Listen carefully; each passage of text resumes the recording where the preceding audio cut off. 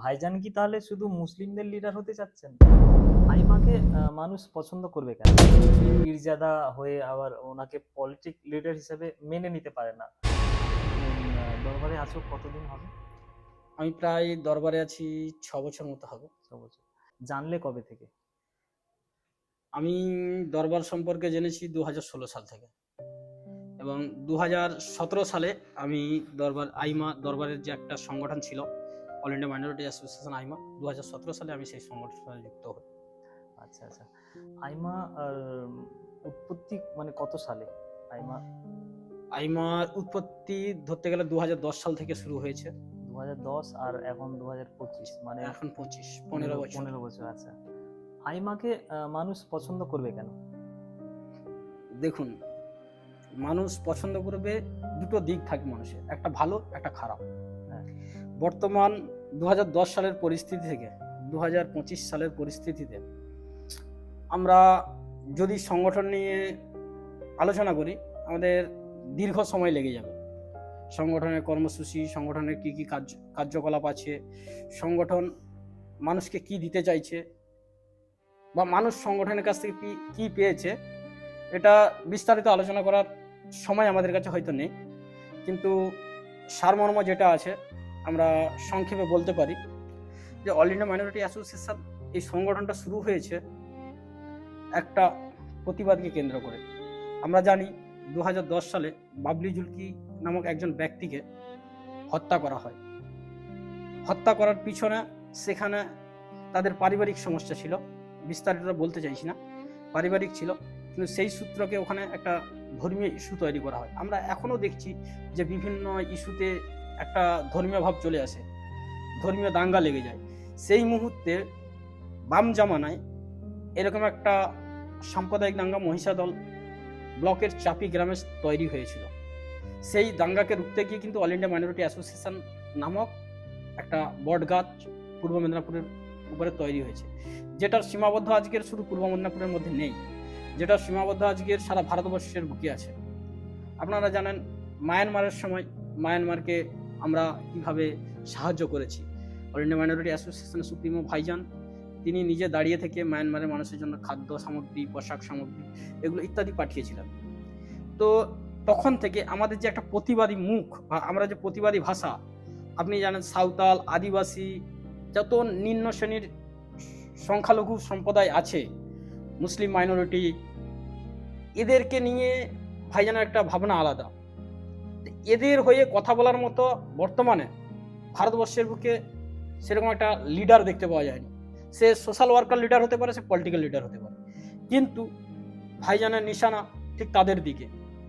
একটা সময় একটা সরকার চেয়েছিল যে আদিবাসীদের বাড়ির যে উঠানের আগুন জ্বলে ওই আগুনকে নিভিয়ে দিতে চাইছিল, কিন্তু আজকের দিনে ভাইজানদের মতো লিডার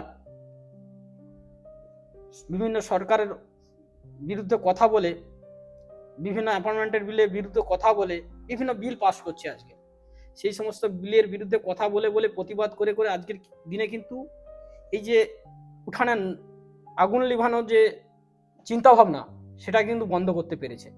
আমরা বর্তমানে জানি যে বর্তমান সময়ে সংখ্যালঘুরা কিভাবে লাঞ্ছিত বঞ্চিত হচ্ছে। শুধু সংখ্যালঘু মানে মুসলিমরা লাঞ্ছিত বঞ্চিত হচ্ছে, এই কথাটা আমাদের কাছে কেমন একটা লাগে। ভারতবর্ষের বুকে শুধু মুসলিমরা লাঞ্ছিত হয়নি, আদিবাসীরা লাঞ্ছিত হচ্ছে, সাঁওতালরা লাঞ্ছিত হচ্ছে, আরো বিভিন্ন ধর্ম যারা আছে বা বিভিন্ন সিভিল কাস্ট যারা আছে তারা কিন্তু লাঞ্ছিত হচ্ছে। আমরা ঠিক সেগুলোকে সরকারের এমন কৌশল তৈরি করেছে সরকার, সেগুলোকে সাধারণ মানুষের মুখে তুলে দেওয়া যায়নি, চোখে দেখিয়ে দেওয়া যায়নি যে এই ভুলগুলো সরকার করছে, এদের উপরে এইভাবে নির্যাতন চলছে। কিন্তু ভাইজান অ্যাজ এ ধর্মীয় leader, as a political leader হিসেবে আমরা দেখেছি ভাইজান যে ধর্মীয় সভায় বসেন বা আমার যেটা বলার ছিল অ্যাকচুয়ালি অনেকে আবার পছন্দ করেন না যে উনি পীরজাদা হয়ে আবার ওনাকে পলিটিক লিডার হিসেবে মেনে নিতে পারে না। মানতে চাইছে না, এই কথাটা বলা খুব একটা ঠিক নয়।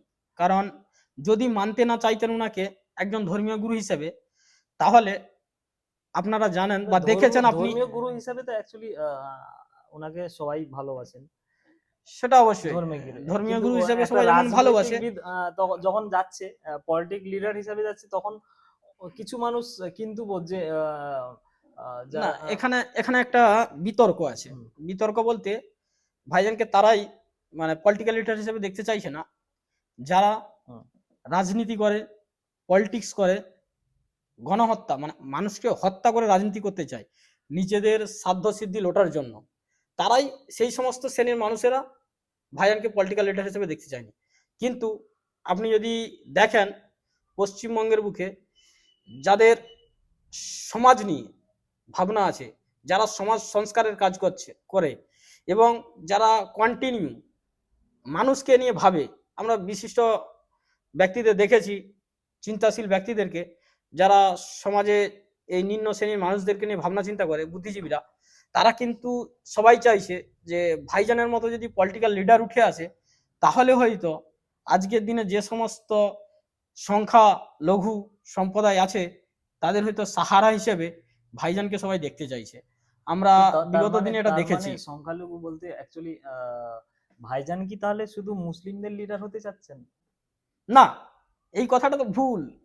আমরা ভারতবর্ষের বুকে শুধু আমরা একটা শ্রেণীর কাছ থেকে শিখেছি মুসলমান মানেই সংখ্যালঘু, হুম, কিন্তু মুসলমান মানে সংখ্যালঘু নয়। হিন্দুদের মধ্যে সংখ্যালঘু নেই,